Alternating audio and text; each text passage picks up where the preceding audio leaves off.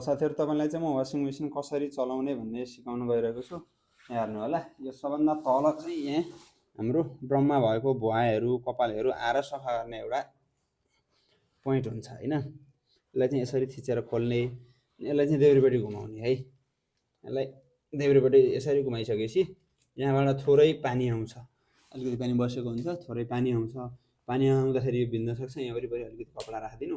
अनि यहाँ चाहिँ तपाईहरुको लुगामा भएको भुवाहरू कपालहरू अनिखेरि कोइनहरू सिक्काहरू केही छ भने यसमा आएर बसेको हुन्छ। यसलाई सफा गर्ने, यहाँ भित्र नि हेर्ने, अनिखेरि बाहिर पनि हेर्ने, सफा गर्ने, अनि यसलाई फेरि यसै गरी लगाइदिने। यो चाहिँ बेला बेलामा सफा गर्नुपर्छ है त। अब आफूले लुगा जहिले नि केयर गरेर चेक गरेर हालेको छ भने अलि पछि गर्दा नि हो, नत्र 15-20 दिन गर्दा नि हो, नत्र 5-7 दिन 8-10 चोटि लुगा धोइसकेपछि एकचोटि हेर्दा हुन्छ। यसमा चाहिँ तपाईहरुले लुगा हाल्दाखेरि चाहिँ यो ड्रममा लुगा हाल्दाखेरि चाहिँ लुगा जहिले पनि चेक गरेर त्यहाँ सियो हुनु भएन, किलाहरू हुनु भएन, कोइनहरू हुनु भएन, कागजहरू हुनु भएन है। त्यो हुँदाखेरि चाहिँ यो रबर सिल पाल पर्छ है। यो पाल पर्यो भने चाहिँ धेरै ठुलो खर्च हुन्छ, 13-14 हजार खर्च हुन्छ। त्यसैले जहिले नि लुगा चेक गरेर गोजीहरू चेक गरेर हाल्दा राम्रो हुन्छ। अनि फेरि सानो लुगाहरू मोजा अनि रुमाल जस्तो चिजहरू चाहिँ अन्डरवेयर जस्तो चिजहरू चाहिँ यसमा एउटा लन्ड्री ब्याग भन्ने पाउँछ, त्यो ब्यागमा हाल्नु भयो भने राम्रो हुन्छ। किनकि यहाँनेरिबाट भित्र यहाँ ड्रमको बिचमा कपडाहरू कतिको छिरेको हुन्छ, मोजाहरू अन्डरवेयरहरू रुमालहरू। अनि आएर बस्ने चाहिँ यहाँनेर हो, यहाँनेरि आइपुग्यो भने राम्रो। तर आइपुगेन, यो दुईटा ड्रमको बिचमा बसेर घोट्यो पछाडिपट्टि गएर भने चाहिँ ड्रमै पाल पर्ने हुन्छ। धेरैजनाको त्यस्तो केस पनि हामीले भेटेको छौँ रिपेयर गर्दाखेरि। त्यही भएर लुगा हाल्दाखेरि चाहिँ जहिले पनि याद गरेर हाल्नु पर्यो है। अनि नभए त्यो मोजा सानो लुगाहरू चाहिँ टी सर्टहरूको बिचतिर पोको पारेर हालिदिने। सबभन्दा बेस्ट भनेको लन्ड्री ब्यागै युज गर्ने, झुल जस्तो हुन्छ, पानी छिर्ने, चेन लाउने, हालिदिने है त। लुगा हाल्दाखेरि चाहिँ तपाईहरुले धेरै कोचेर हाल्नु भएन। यो हाल्दाखेरि चाहिँ अलिकति यहाँ ग्याप, यो पाल जस्तो छ नि, यति जति चाहिँ ग्याप बस्ने गरेर हाल्नु भयो भने यो मेसिन घुम्दाखेरि चाहिँ लुगा राम्रोसँग रोल हुन्छ। राम्रोसँग रोल भइसकेपछि लुगा माटिन पाउँछ र राम्रोसँग धुन्छ है त। यो भइहाल्यो। अनि यहाँ माथि यो भनेको तपाईहरुको सरफ हाल्ने ठाउँ भयो है। यो कम्पार्टमेन्टमा सरफ हाल्ने हो। तपाईहरुले लिक्विड हाले पनि पाउडर हाले पनि यसमा सरफ हाल्ने हो, यसमा नि सरफ हाल्ने हो, यो दुई साइडमा है।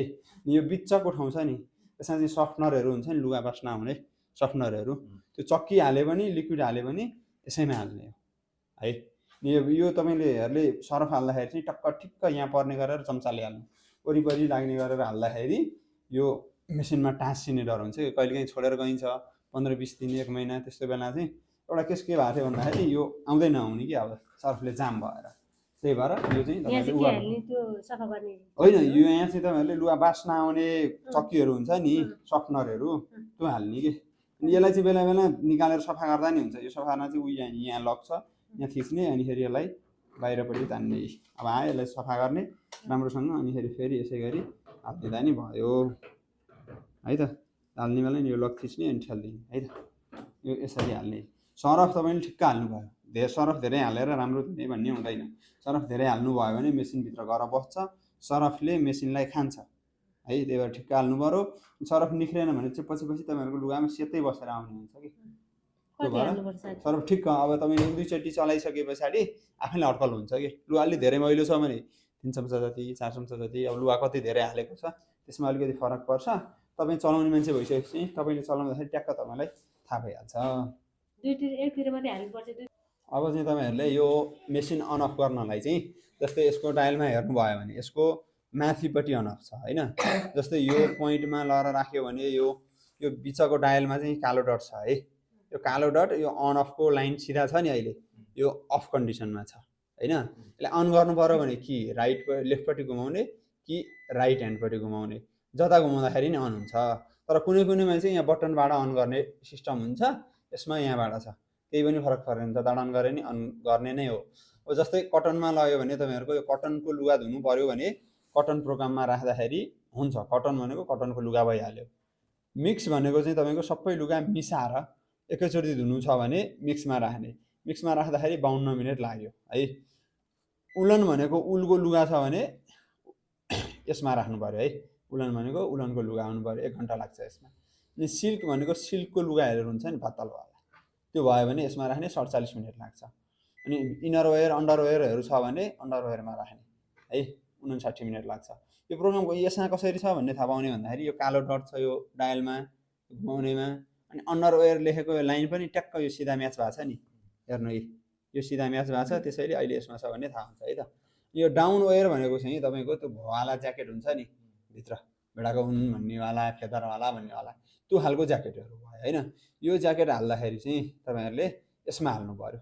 ज्याकेटहरू हाल्दाखेरि यो ज्याकेटलाई हाल्ने अर्को एउटा के कुरा छ भन्दाखेरि यो ज्याकेट हाल्दाखेरि चाहिँ यहाँ तपाईँको यो स्पिन छ नि, यो स्पिन यहाँ 600 देखिरहनु भएको छ नि, यो स्पिड भनेर, यो स्पिड चाहिँ यसलाई चाहिँ बढाउँदै रहेर 400 मा राखिदिनुपर्छ है। यसमा चाहिँ स्पिड बढी भयो भने त्यो भित्रको त्यो भुवाहरू एकै ठाउँमा डल्लो पर्ने हुन्छ कि डाउन ज्याकेटहरूको केसमा है। तपाईँहरूले यो गर्नु पर्यो, नत्र अरू केसमा खासै परेन। बेडिङ भनेको बेडतिर युज हुने तन्दा पर्दा खोल ब्ल्याङ्केटहरू यिनीहरू भइहाल्यो है। यो ड्रम क्लिन भन्ने मेन यो सम्झिनु अब है। ड्रम क्लिन भनेको चाहिँ तपाईँले 20 चोटिदेखि 30 चोटि लुगा धोइसके पछाडि एकचोटि चाहिँ यसमा केही पनि नराखिकन खाली यो ढोका खोल्ने एउटा ड्रम क्लिन गर्ने पाउडर पाउँछ, त्यो पाउडरलाई यहाँ खोलेर हालिदिने, चक्की पाउडर दुइटै पाउँछ, अनि यहाँभित्र हालिदिने, त्यस पछाडि लुगा सुगा केही नहाल्ने, ड्रम क्लिनमा राख्ने, ड्रम क्लिनमा यसरी राख्ने, अनि त्यस पछाडि तपाईँहरूले यहाँ स्टार्ट गरिदिने।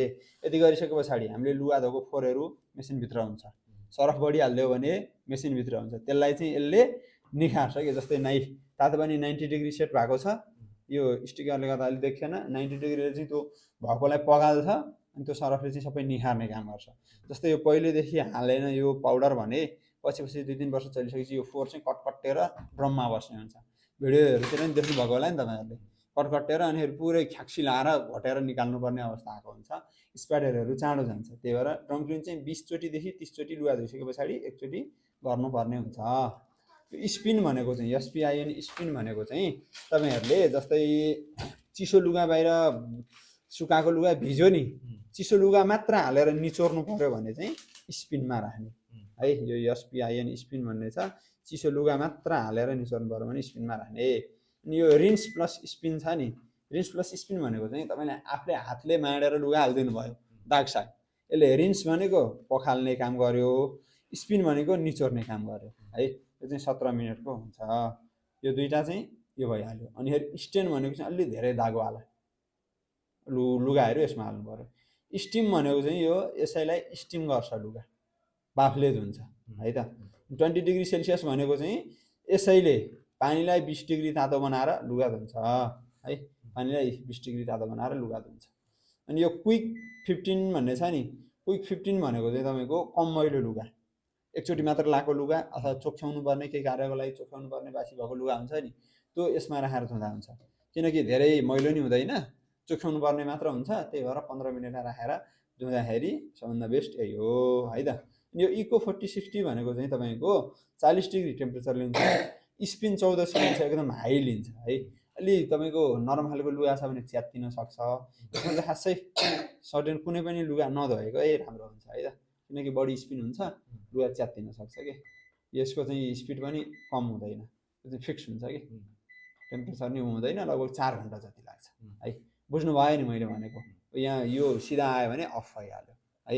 अब जस्तै तपाईँको कटन मिक्सतिर पनि अब यता हेर्नु, अब यहाँ पनि 2-4वटा बटन छ, यसको पनि काम छ थोरै है त। यो तपाईँले टेम्परेचर भन्ने बटन देख्नुभयो नि, टेम्परेचर अहिले कति छ, 30 डिग्री सेलेक्ट भएर बसेको छ, 30 डिग्री होइन। यो 30 डिग्री सेलेक्ट भएर बसेको भन्ना मतलब यो मेसिनले चाहिँ पानीलाई आफूभित्र लिएर आफैले 30 डिग्री तातो बनाएर लुगा धुन्छ तातो पानीले। अब यसलाई हामीले थिच्दै गएर बढाउन नि मिल्छ, 40 डिग्री होइन, 60 डिग्री, अनि यहाँबाट माथि चाहिँ जाँदैन, किनकि मिक्समा धेरै थरीको लुगा मिसाएको हुन्छ, 60 डिग्रीभन्दा माथि जाँदैन, कुनैमा त 40 भन्दा माथि जाँदैन होइन।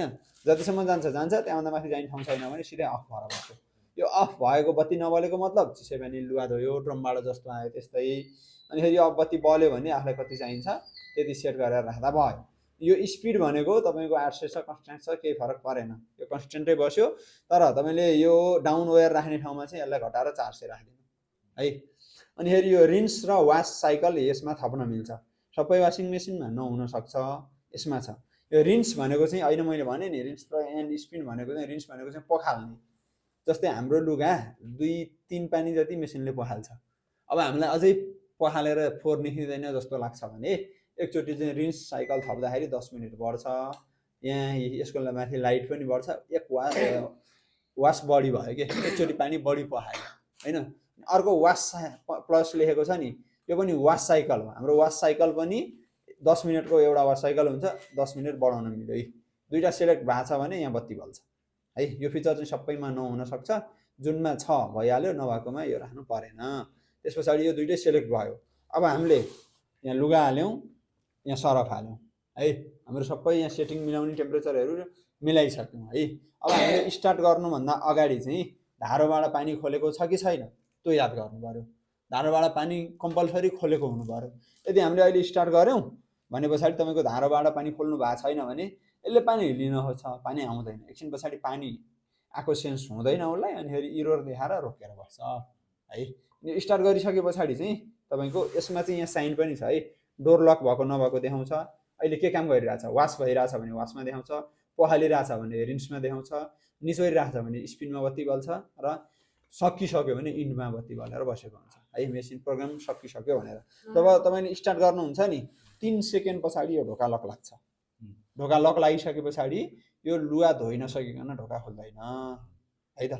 अब तपाईँले लुगा हालेर सरफ हालेर यो स्टार्ट गर्नुभयो, यो टाइम यहाँ देखाउँछ। यो स्टार्ट गरिसके पछाडि यो दुईवटा थप्लो छ नि यहाँ बिचमा टाइमको 1:19 भनेको 1 घन्टा 19 मिनट। यो दुईवटा थप्लो चल्न थाल्छ अथवा यहाँ ब्लिङ्क गर्न थाल्छ, वासको चल्न थाल्छ। कुनै यसमा वास देखाएको छ, वासको बत्ती बल्छ। अरूमा अब यो बत्तीको यो दुईवटा थप्लो छ नि, यो चल्दै रोकिँदै गर्छ कि सेकेन्डरी भन्छ यसलाई। यो चल्दै रोकिँदै गर्छ। यो चल्यो भने मेसिन चालु अवस्थामा छ भनेर थाहा पाउने। यो चलेको छैन भने स्टार्ट परिस्थितिमा बाँकी छ, स्टार्ट गर्न बाँकी छ भने ठान्ने है त। यति गरिसके पछाडि अब यो टाइम सके पछाडि इन देखाउँछ।